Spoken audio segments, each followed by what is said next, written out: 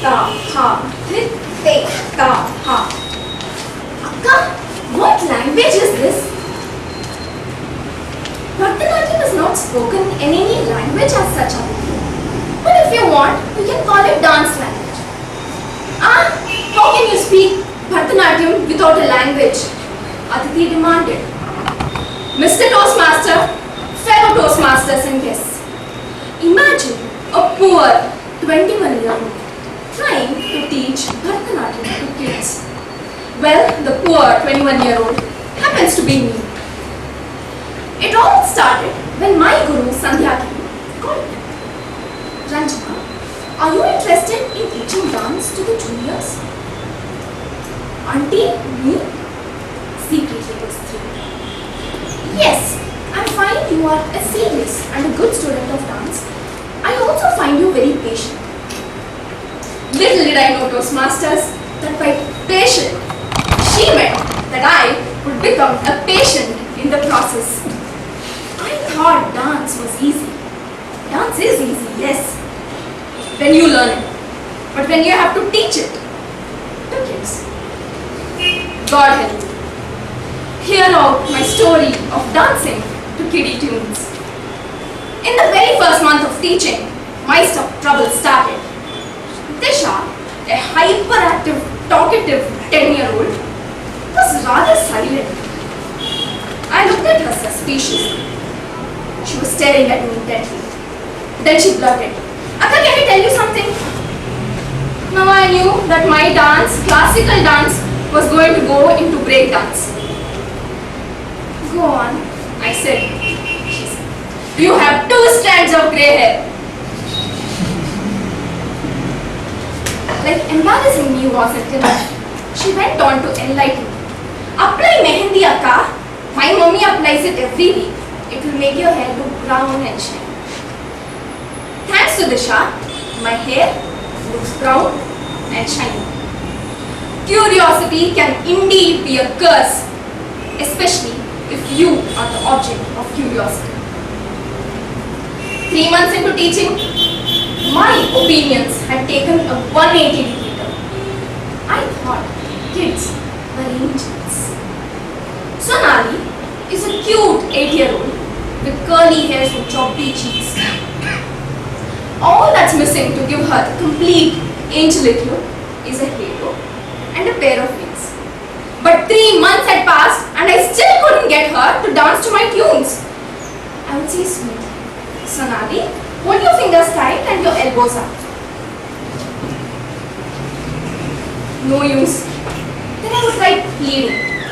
Please hold your fingers tight and your elbows up. No change. Then I would become stern. Fingers tight, elbows up.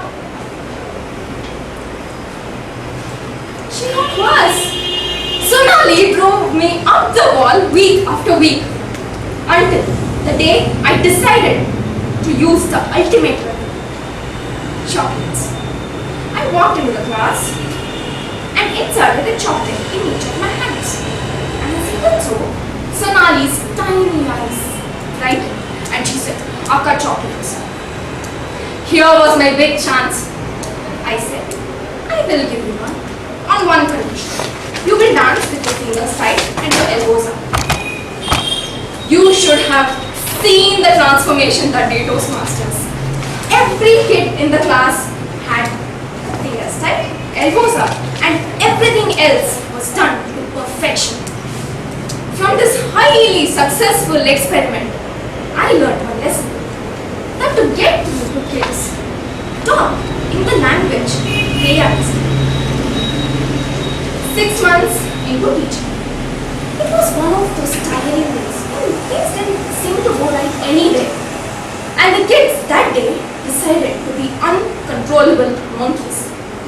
My patience wore thin and I dealt them with sharp words. Silence followed by some giggles. To regain my composure, I gave them a water break. I closed my eyes, not feeling good either about them or myself. Just then, Kushi, a 6-year-old, walked up to me with a glass of water. said, "A cup for you." I was unable to say a word, Toastmasters. I looked at the class and then at the child. In all her innocence, Kushi had taught me a profound lesson in unconditional love and selflessness. All I had given was anger and frustration, and all I got in return was nothing but love. I felt ashamed. I felt hungry. It's been a year, Toastmasters, and I'm still on the job, not quit, not given up. It's not like every kid is an angel. I do have little devils. And there are days when I feel like tearing my hair out in frustration. But guess what? I've got most of the class dancing quiet tunes.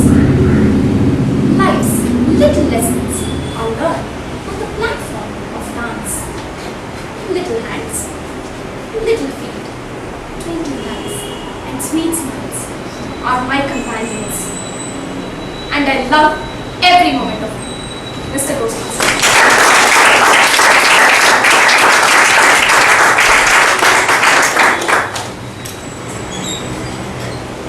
Toastmasters will have break for 10 minutes.